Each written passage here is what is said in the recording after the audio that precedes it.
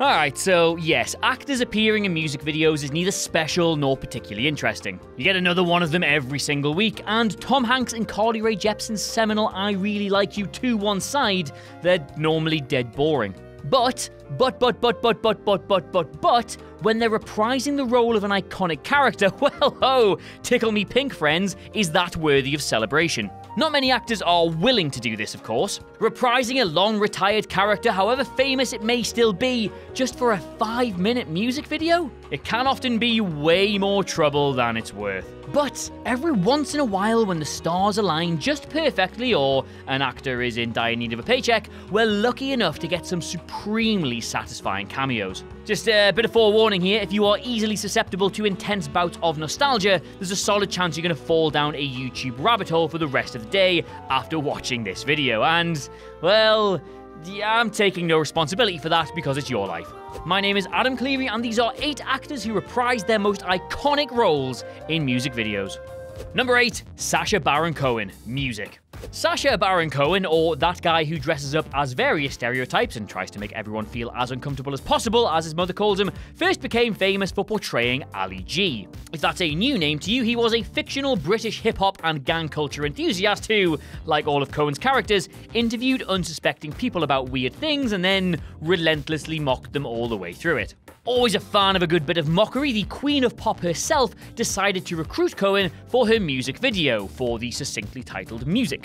This was right after Da Ali G show had started to take off in the UK, but 3 whole years before he'd made his way stateside. Which does sort of beg the question, did Madonna actually know about Ali G before he was cool? And if so, how? Did Guy Ritchie make her watch it? Is she God?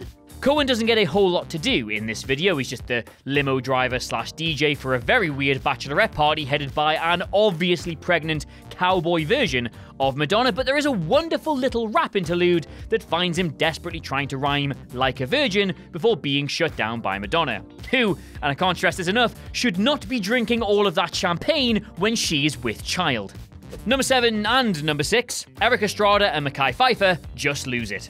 For those of you not, and I'm going to do massive air quotes as I say this, in the know about kitschy TV shows from the 70s, Chips was a light drama about the lives of 2 members of the Californian Highway Patrol.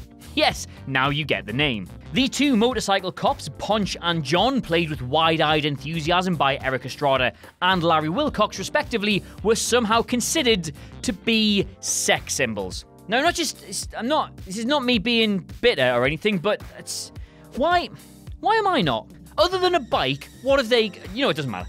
Just Lose It was the first of many comebacks for Eminem, who returned to his status as the preeminent goofball rapper and left the intensity of Stan at home for this particular shoot. Slim Shady revels in playing a who's who of 90s icons, parodying everyone from Pee Wee Herman, MC Hammer, Michael Jackson, Madonna, and I think that's Bad Santa. He also throws in references to Old School and his own movie 8 Mile, which is where our cameos appear. In a blink and you'll miss it role as a motorcycle cop chasing down a streaking Eminem, Erik Estrada pops up just long enough for 40-something women to get, well, I want to say excited, but yeah, I think that's excited. Then Mekhi Phifer, who's mentioned by name in the song, shows up in the confusing tribute to 8 Mile. He's never shown up close though, so it's almost like he immediately regretted agreeing to be in the video once they'd finished shooting, and then asked to be edited out as much as possible. Number 5, Rip Torn, Men in Black Safety Defenders. Though technically not intended as a legitimate music video, this was shot specifically as the in-flight safety announcement for Air New Zealand. Men in Black Safety Defenders ends up as a pretty straightforward recreation of Will Smith's original Men in Black video. And it's even complete with Rip Torn reprising his role of Zed, the ornate but sweet-natured head of the MIB. The video also stars the New Zealand rugby team because their team has the name Black in it, and that's apparently as far as anyone in this video really thought about anything. The whole thing is as dumb as this bag of smashed crabs, and there's no doubt that Rip Torn, normally the highlight of everything he takes part in, realised that long before the cameras finished rolling. He won't have been too pleased about being outshined by Frank the Pug, but I will hold my hands up here. Absolutely fair one, Frank, because, talking dog and all that, but still, I bet Torn made sure they had his check ready for the moment he walked off set. Not Frank though, Frank is a professional. Number 4, Jeff Daniels, The Ballad of Peter Pumpkinhead. There wasn't much time for anyone to develop any nostalgia over Dumb and Dumber when this music video was released, since the song, a cover of an XTC classic, appeared on the soundtrack and the music video itself was promotion for the movie. Still, it's nice to see Harry show up in something that isn't Dumb and Dumber 2. Curiously, there's no Jim Carrey in sight, which likely kept viewers confused right up until the very end. Why is Harry going on a solo adventure? Where's Lloyd? Where's Lloyd? Instead, Jeff Daniels is introduced walking on the streets of Canada, speaking broken French and lamenting how Canadians aren't as friendly as everyone says they are, eh? Although I am saying that knowing the character, there's every chance that he's not actually even in Canada. That could be the joke for all I know. He then spends a lot of time with his head trapped inside a pumpkin and being accused of a crime he didn't commit. So, yes, pretty much what you'd expect from A, anything affiliated with Dumb and Dumber, and B, just literally any music video from the 90s. Number 3, Ricky Gervais, Equality Street. Oh, David Brent. Oh God, oh, David Brent. There will always be a place in the hearts of true fans of The Office for you as the original general manager of paper merchants. Doesn't matter about the American Office, doesn't matter what a roaster Gervais is in real life, The Office in the UK is certified good forever, and a lot of that is down to him. Filmed as part of the Office Revisited segment for Comic Relief, Mr. Oh, do I offend you, do I? Lets us in on what Brent has been up to in the last decade since we've seen him. Oh, you know, nothing much, just being a bloody music manager. He considers himself the local Simon Cowell, but better, of course. Representing rapper Dom Johnson, Brent asks viewers to walk with me down Equality Street, pointing out all the different ethnicities he interacts with over a hokey reggae beat. The Ebony and Ivory act is wonderful and also, yes, completely awful all at once. Which is, it's just what you expected from the character, so points there. The best line in the video, though, is delivered by Dom. Black people aren't crazy, fat people aren't lazy, and dwarves aren't babies. No further questions. Number 2, the cast of The Karate Kid, Sweep the Leg.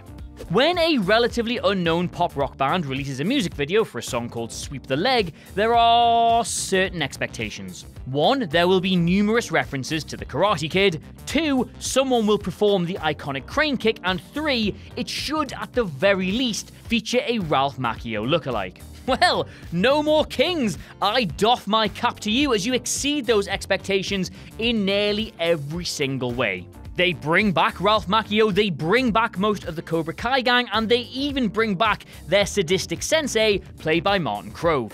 Notably missing from the Sweep the Leg cast is Mr. Miyagi, but I'm gonna let them off with that one because I've just looked that up, and it turns out he'd died several years before. Oh, and Elizabeth Shue isn't in there either, but I can't seem to find why. You'd assume maybe she had something better to do, but no, I don't buy that. Not only does this video tell us what the Cobra Kai have been up to since the All Valley tournament, turns out at least one of them is living in a trailer in the desert, so not totally unlike what you expected, but they also recreate the epic final fight that birthed the iconic phrase the video is named after. Macchio doesn't show up till the very end, so just make sure you watch the whole thing. It's a few minutes of your life.